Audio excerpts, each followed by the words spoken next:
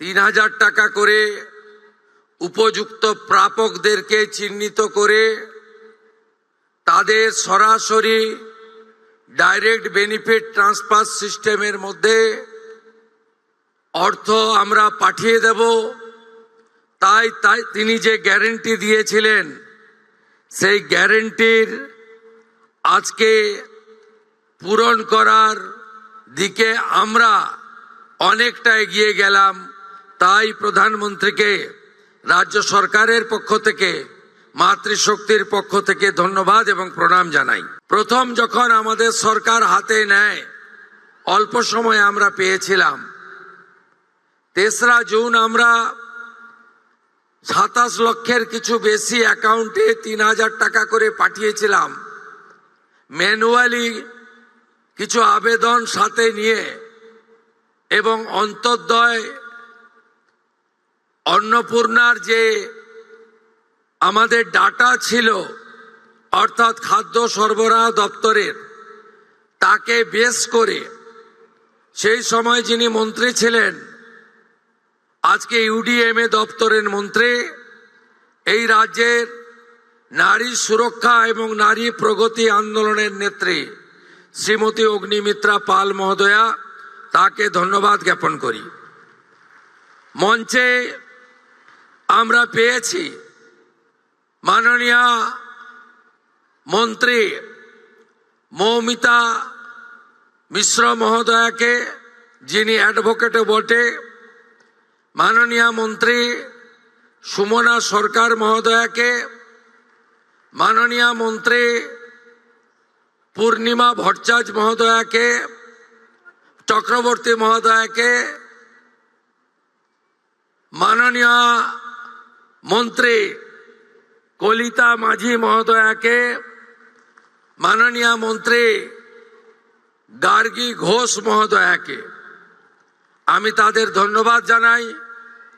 ধন্যবাদ জানাই মুখ্য সচিব মনোজ আগরওয়ালকে, ধন্যবাদ জানাই এই বিভাগের প্রধান সচিব, অক্লান্ত পরিশ্রম করে 1,60,00,000 আবেদনকারী ঝাড়াই বাছাই করে আমাদের সবকে পোর্টালে আপলোড করতে হয়েছে।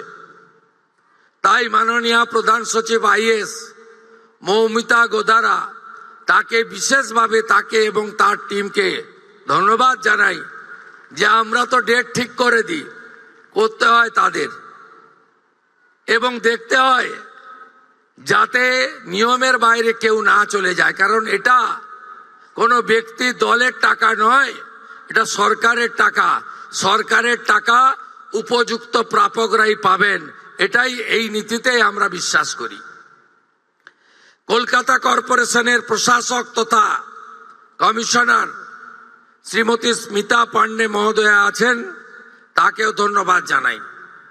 ধন্যবাদ জানাই যখন স্কিম আমরা তৈরি করেছিলাম তখন জগদীশ প্রসাদ মিনা মহোদয় হেল্প করেছিলেন তাকে। আর নেতাজি ইন্ডোর স্টেডিয়াম ব্যবহারের জন্য যিনি সুযোগ করে দিয়েছেন আমার sports minister MOS independent church ভাই ডাক্তার ইন্দ্রনীল খানকে বিশেষভাবে ধন্যবাদ জানাই। আজকে চিকিৎসক দিবস, আজকে ডক্টর বিধানচন্দ্র রায় জন্ম এবং মৃত্যুদিন, তাই বিশেষ ধন্যবাদ। তাই আলাদা করে আমি ডক্টর ইন্দ্রনীল খানের নাম বললাম। আমাদের এই কর্মসূচিতে আজকে আমরা বিধায়কদের ডেকেছি। আমরা এ পক্ষ অপক্ষ করিনি, সব বিধায়করা, মহিলা বিধায়কদের ডেকেছি, তারা এসেছেন। মঞ্চে স্থানের অভাব, তাই তাদের বিশেষভাবে আমরা বসিয়েছি। আমি সমস্ত দিদি বোন বিধায়কদের নমস্কার জানাই। আমাদের দেখতে পাচ্ছি আমি এখান থেকে আমাদের বেশ কয়েকজন প্রতিযোগী আমাদের দিদি বোনেরা এসেছেন, তারা আমন্ত্রিত হয়ে এসেছেন। তাদেরকেও বিশেষভাবে আমি মাতৃশক্তিকে বন্দন করি। আপনারা জানেন যে আপনাদের সরকার অনেকগুলো ইতিমধ্যে ব্যবস্থা গ্রহণ করেছে নারী সশক্তিকরণ, নারী সুরক্ষা, নারী ক্ষমতায়ন, নারী শিক্ষা এবং মহিলাদের অধিকার সম্পূর্ণ করার জন্য। আপনি যদি দেখেন, মাত্র 1.5 মাস হয় এই সরকারের বয়স। 9ই মে আমরা দায়িত্ব নিয়েছি, 11ই মে প্রথম দিন অফিস করেছি, আজকে 1 জুলাই। এখনো অফিস করার জন্য আরো 10 দিন হলে 2 মাস সম্পূর্ণ হবে। আমরা কি কি করেছি? আজকে আমরা 1,60,00,000 যে আবেদনকারী, তার মধ্যে 26 লক্ষ বাতিল হয়েছে ফর্ম। তারা ক্রাইটেরিয়া ফিল আপ করেননি। যে ক্রাইটেরিয়ার কথা মাননীয় মালতী দি একটু আগে বলেছেন, কারা কারা যোগ্য বিবেচিত হবেন না। বাকি যে 1,30,00,000-এর বেশি ঝাড়াই বাছাইতে তারা যোগ্য বিবেচিত হয়েছেন, আমরা বেলা 1টার সময় আজকে টাকা ট্রান্সফার করলাম 1,09,92,378 জনকে। আজকে রাত্রি 12টা পর্যন্ত বাকিরাও পোর্টাল আপলোড হতে হতে তাদের অ্যাকাউন্টেও টাকা ঢুকতে শুরু করবে। কারা যেন বলছিলেন না যে আগের সরকারের যে বরাদ্দ ছিল, এই সরকার বরাদ্দ মাত্র 1,000 কোটি টাকা বাড়িয়ে অর্ধেক বেনিফিশিয়ারি করে দিয়েছে। আমরা একটা বেনিফিশিয়ারিকেও বাদ দেব না। যারা আমরা বেনিফিশিয়ারি বলি না, আমরা বলি এটা আপনার অধিকার। আজকেই আমরা 1 কোটি, ইতিমধ্যে 1,10,00,000-এর অ্যাকাউন্টে ঢুকিয়েছি, যার মধ্যে আমাদের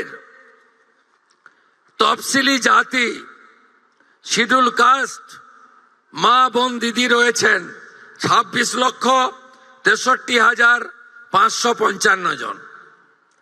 আমাদের মূলবাসী আদিবাসী মহিলা রয়েছেন 49,04,93,139,5 কোটির কাছাকাছি, 5 লক্ষের কাছাকাছি।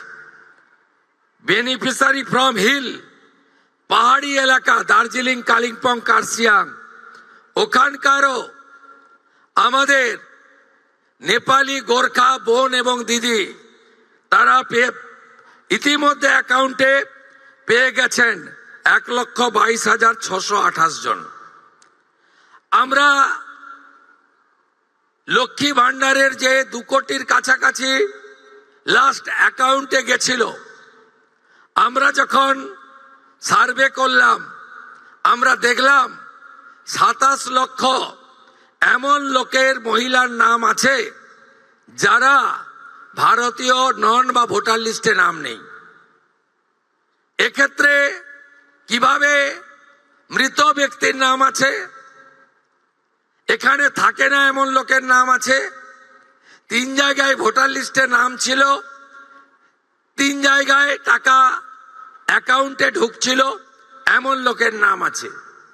আমরা এই লোকেদের নাম কাট কেটেছি, কারণ সরকারের টাকা ভারতীয় ছাড়া অন্য কেউ পেতে পারে না, কোনো অভারতীয় পেতে পারে না। আমরা এই ক্ষেত্রে ছাড় দিয়েছি। যারা বাংলাদেশ থেকে শরণার্থী হিসাবে এসেছেন, সিএতে আবেদন করেছেন, তাদের ক্ষেত্রে আমরা যতক্ষণ না সিএ নিষ্পত্তি হচ্ছে, তাদের এই সামাজিক ভাতা চালু থাকবে, আটকানো হবে না। শুধু তাই নয়, প্রশ্ন তুলতে পারেন এরা তো মূলত হিন্দু। আমরা সেক্ষেত্রে আমাদের লোক ধর্ম পালন করেছি। যারা ট্রাইব্যুনালে অ্যাডজুডিকেট হয়ে ট্রাইব্যুনালে আবেদন করেছিলেন, তাদেরকেও আমরা যতক্ষণ না ট্রাইব্যুনালে তাদের বাতিল বলে ঘোষণা করছে, তাদের এই ভাতা চালু রাখার সিদ্ধান্ত গ্রহণ করেছি। এতে কি কোথাও ভুল হয়েছে? আপনি ভারতীয়, দেশ আপনার প্রথম। আপনি সরকারি এক্সচেকারের টাকা, ট্যাক্সের টাকা কোনো অভারতীয়কে দিতে পারেন না। আপনি বলুন, আগের সরকার মহিলাদের জন্য চালু করেছিলেন 500 500 500।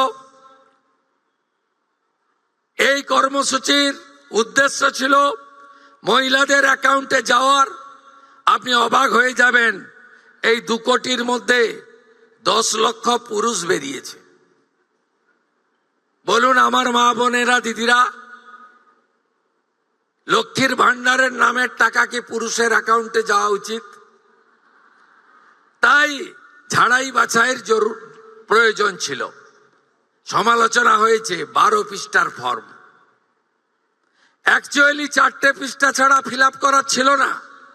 আর একবার আপনি ফিল আপ করে দিয়েছেন, একেবারে পোর্টালে আপলোড হয়ে গেছে। শুধু এই স্কিম নয়, ভারত সরকার, পশ্চিমবঙ্গ সরকারের আরো অসংখ্য স্কিমে আপনি সুযোগ পাবেন। আপনাকে আর দ্বিতীয়বার ফর্ম ফিল আপ করতে হবে না। তাই আপনারাও সহযোগিতা করেছেন, আমরাও আপনাদেরকে, আপনাদের ধৈর্যকে আমরা কুর্নিশ জানাই। আমাদের ভিডিও ভালো লাগলে লাইক এবং শেয়ার করুন। কমেন্ট সেকশনে গিয়ে জানান আপনাদের মতামত। আরও ভিডিও পেতে আমাদের চ্যানেল সাবস্ক্রাইব করুন এবং প্রতি মুহূর্তে খবরের আপডেট পেতে প্রেস করুন বেল আইকন।